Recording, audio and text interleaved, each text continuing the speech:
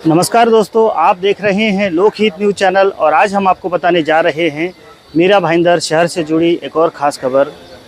जैसा कि आप सब जानते हैं 2020 से लेकर 2022 तक पूरे विश्व में कोरोना का हाहाकार मचा हुआ था। लोग कोरोना की वजह से परेशान थे।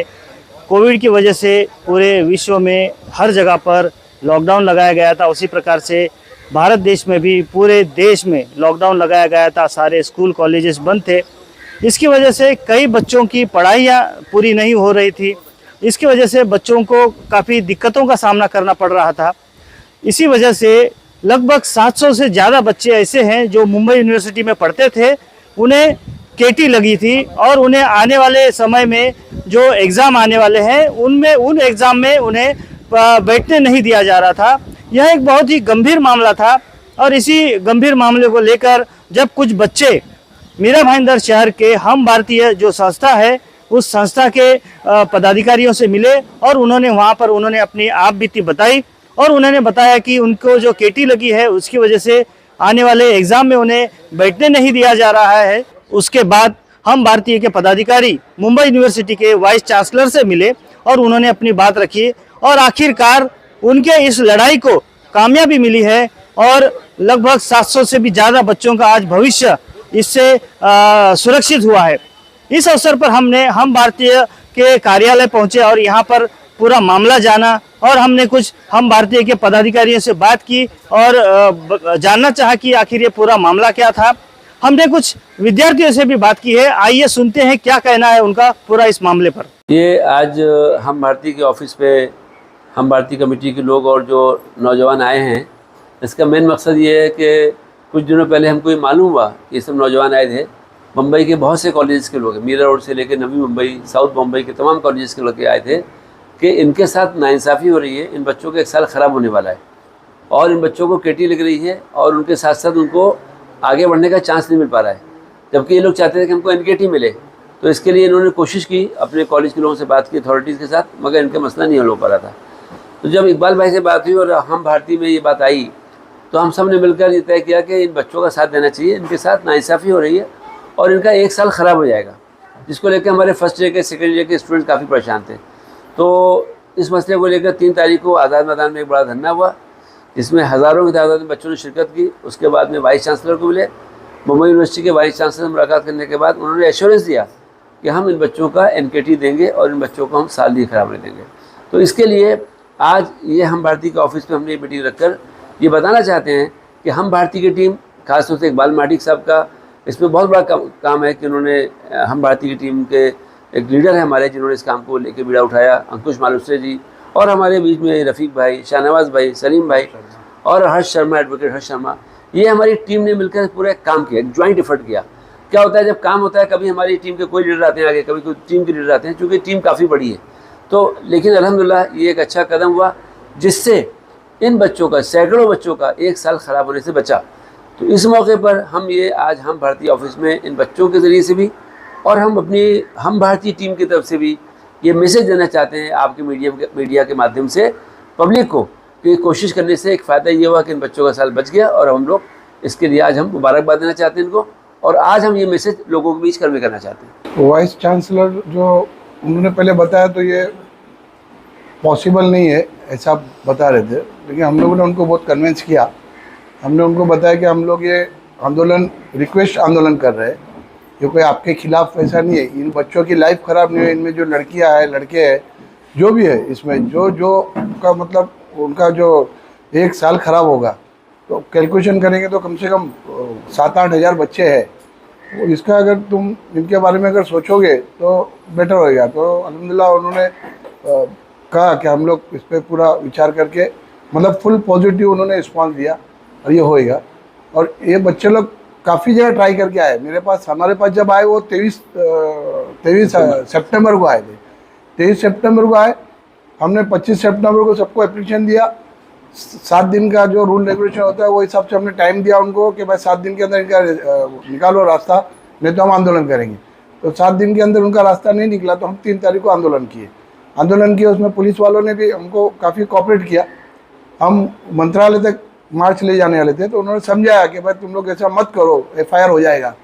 तो मैं बोला हो गया, हमारे ऊपर FIR रहेगा चलेगा, बच्चों पे हम FIR नहीं होने देंगे। तो उन्होंने रिक्वेस्ट किया कि हम लोग जितना जल्द से जल्द होता है हम या चंद्रकांत दादा पाटिल को बुलाएंगे या फिर हम वाइस चांसलर से टाइम लेंगे, जो भी करके हम लोग। और अलहमदुलिल्लाह लोग ने किया। उसमें 2-3 लेडीज़ ऑफिसर थी और उधर के सीनियर आज़ाद मैदान पुलिस बहुत स्पेशली इस पर ध्यान देके उन्होंने हमारे को टाइम लेके और वो हमारी बात कराए, हम सेटिस्फाई हो गए, बच्चे लोग भी सेटिस्फाई हो गए। और एजुकेशन और हेल्थ इस काम के लिए हम भारतीय हमेशा पूरे महाराष्ट्र के कोई भी बच्चों का कोई प्रॉब्लम है उसके लिए हमेशा तैयार है। आधी रात को कोई एजुकेशन के लिए ज़रूरत है तो हम भारतीय उसके लिए खड़ी है। जिस तरीके से जो बच्चों के रिजल्ट्स जो स्टार्टिंग में डिले हुए थे, तो वो डिले होने की वजह से उनके एडमिशन्स में भी प्रॉब्लम आया। और जो केटी का जो रूल है, जो टेक्निकल पॉइंट के अंदर में जो उनको ईयर में आगे प्रोसीड करने मिलता है नहीं मिलता है, उसके अंदर में काफ़ी ज़्यादा यूनिवर्सिटी के एंड से जो उनका बिहेवियर था वो काफ़ी इग्नोरेंट था।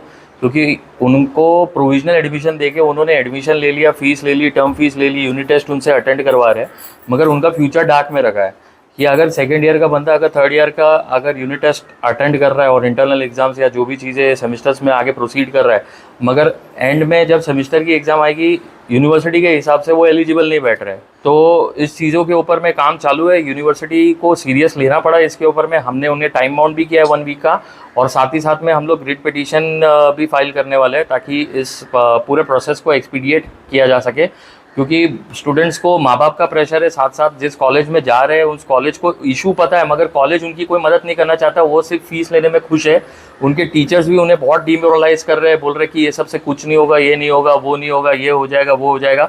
मगर बहुत ही अच्छे तरीके से ये पूरा प्रोटेस्ट रहा और किसी के ऊपर में भी कोई दिक्कत नहीं आई। इकबाल माडिक साहब, अजीमुद्दीन जी, शाहनवाज भाई और रफ़ीक भाई और अंकुश मालूसरे, ये कैसे है कि सीनियर लोग हैं, ये इन्होंने अपने फील्ड के अंदर में एक्सपर्टीज़ ली हुई है, तो इन्हें पता है कि मतलब कुछ प्रॉब्लम आए तो ये अपने आंख पे कैसे ले सकते हैं, बच्चों के आंख पे नहीं आए।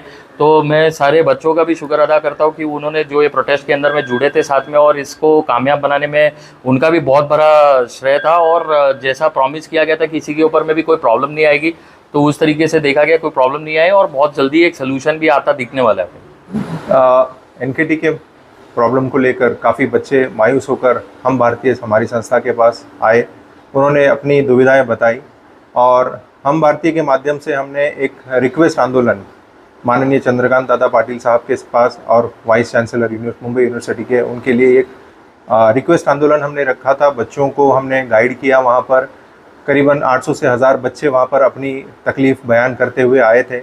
सुबह से लेकर शाम तक उन्होंने अपनी प्यास को देखा नहीं, अपनी भूख को नहीं देखा, लेकिन उनके जज्बे को समझते हुए हमने भी उनकी मदद करने की ठानी और ये NKT के मुद्दे को हमने वाइस चांसलर के सामने रखा है और इंशाल्लाह इस बात को मनवा के रहेंगे हम लोग।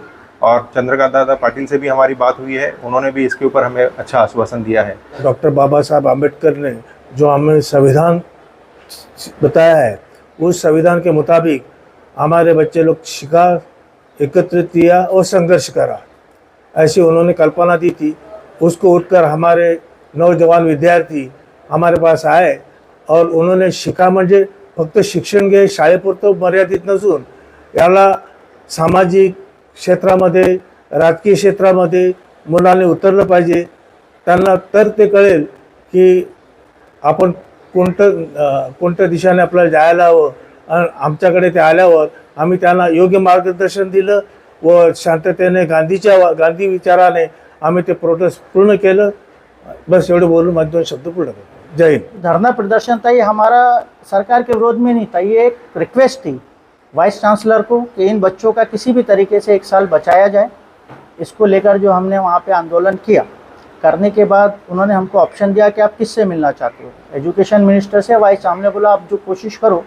तो हमारा जो मार्च था वो यूनिवर्सिटी की तरफ जाना था, लेकिन उन्होंने हमें कुछ रीज़न ऐसे दिए हैं कि बच्चों के फ्यूचर का सवाल FIR वगैरह हो सकती है। तो फिर उन्होंने हमें ये कहा कि हम आपको वाइस चांसलर का मिलने का टाइम लेते हैं। तो हमारे ग्रुप में उस टाइम मौजूद थे, किसी वजह से अजीमुद्दीन साहब नहीं थे, इकबाल महाडिक साहब, रफ़ीक भाई, अंकुश मालूसरे, हर्ष शर्मा, सलीम भाई और मैं, हम लोग मिल करके वहाँ गए और वहाँ हमने उनके साथ डिस्कस किया कुछ टेक्निकल पॉइंट्स थे जिस पे हर्ष शर्मा ने बहुत अच्छा डिफेंड किया स्टूडेंट्स ने अपनी बात रखी, इकबाल महाडिक साहब ने भी समझाया और उन्होंने ये बताया कि हम एक एनजीओ होने के नाते 2,500 से 3,000 बच्चों के एडमिशन जो हम राइट टू ITE के थ्रू करते हैं, ये सब बातें उन्होंने सुनी और उनका थोड़ा सा मन पिघला। उन्होंने हमारी बात को कंसीडर किया और ये वादा किया है कि हम एक मीटिंग लेंगे, क्योंकि ये फैसला हम डायरेक्ट नहीं ले सकते और जो भी बेहतर सॉल्यूशन होगा हम उसके लिए निकालेंगे। धन्यवाद। हम भारतीय एक चेंज के लिए खड़ा है। हमने ये एजुकेशन का मुद्दा जब सामने आया, बच्चों के वक्त का मुद्दा जब सामने आया, तो इसकी अवेयरनेस क्रिएट की है।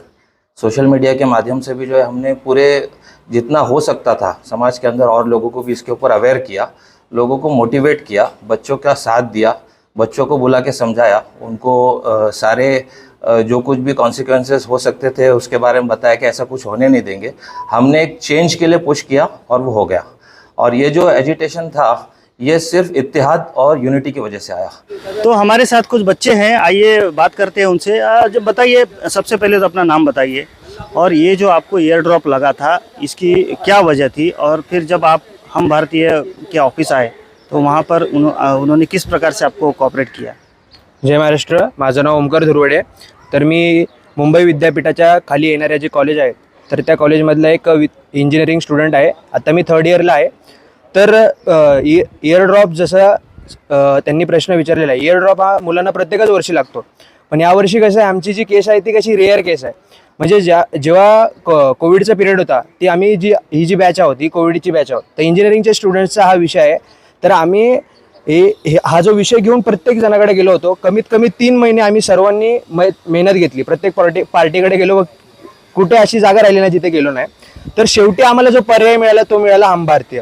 आम्ही इक्बाल सरांकडे आलो आणि इक्बाल सरांना आमचा सगळा विषय सांगितला की सर आमचा असा एक मुद्दा आहे की ज्याच्यामुळे एका सब्जेक्टमुळे किंवा 2 ते जेवढे पण केटीज असतील मुलांना त्या सब्जेक्टमुळे काय होतंय की मुलांचा इयर ड्रॉप होतो.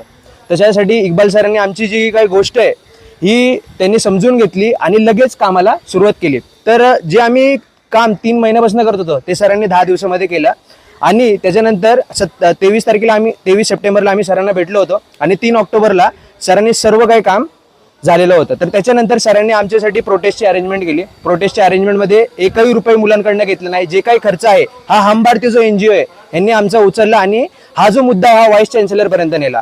व्हाईस चॅन्सलरसोबत आमची मीटिंग झाली आणि त्यांनी आम्हाला आश्वासित केलं की हा जो तुमचा NKTचा इम्प्लिमेंटेशनचा रूल आहे याच्यावरती आम्ही पुढे जी बोर्ड मीटिंग घेऊन याच्यावरती अभी चर्चा करूया आणि आमचा जो मुद्दा आहे तो त्यांनी म्हणजे चांगला जो पॉजिटिव रिस्पॉन्स त्यांच्याकडनं आलेला आहे. देखिए, मेरा नाम आकिफ अंसारी है. मैं इंजीनियरिंग कॉलेज का मुंबई यूनिवर्सिटी से एफिलिएटेड जो कॉलेज है उसका स्टूडेंट हूँ 3rd ईयर का.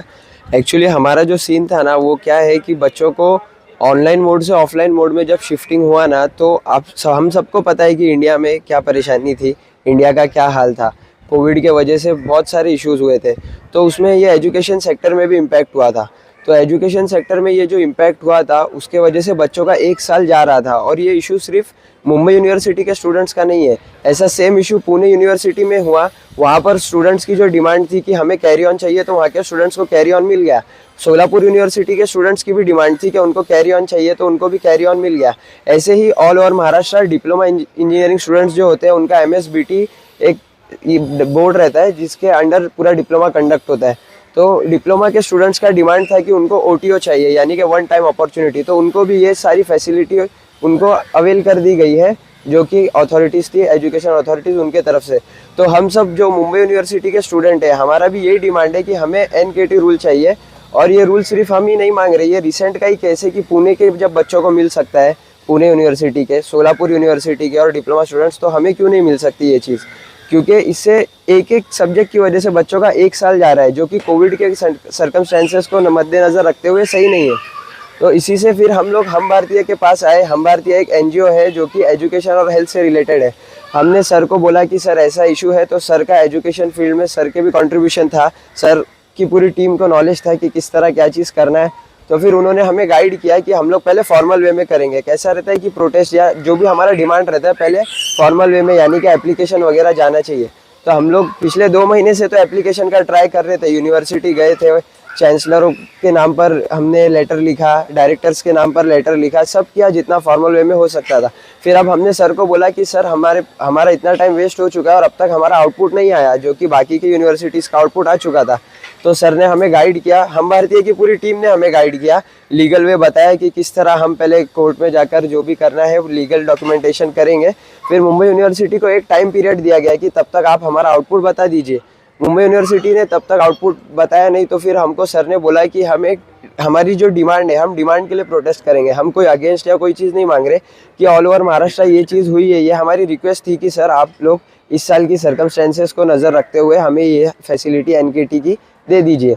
तो फिर हम लोगों ने प्रोटेस्ट किया। वहाँ पर जो वाइस चांसलर है उनसे मीटिंग भी अरेंज हुई गई। 2 स्टूडेंट्स और हम भारतीय की टीम गए थे, जो लॉयर्स साथ में गए थे, उन लोगों ने वहाँ पर अंदर जाकर बात किया। वाइस चांसलर ने भी हमें अनुशासन दिया है कि हाँ ठीक है, आपका काम हम इस पे मीटिंग बिठाकर फाइनल आउटपुट बता देंगे। जी, तो ये थे कुछ स्टूडेंट्स जो हमारे साथ बात कर रहे थे और बताया कि किस प्रकार से उन्हें दिक्कतों का सामना करना पड़ रहा था, और अगर ये मसला हल नहीं होता तो उनका 1 साल बर्बाद होने की आशंका थी। तो हम भारतीय टीम ने ये बहुत ही सराहनीय कार्य कहा जाएगा, और ख़ास करके इसमें तो इकबाल महाडिक जी हैं, डॉक्टर अजीमुद्दीन है, रफ़ीक शेख है, हर्ष शर्मा है, ऐसे कई लोग हैं जिन्होंने अपना योगदान देते हुए इन बच्चों के भविष्य के लिए एक कोशिश की, और अब उस कोशिश में कामयाबी हासिल होती दिखाई दे रही है। तो मीरा भाईंदर शहर में ही नहीं, पूरे भारत में हम भारतीय की टीम एक उल्लेखनीय कार्य करती दिखाई दे रही है। अब देखना होगा कि इस मामले में आगे क्या निकलकर सामने आता है।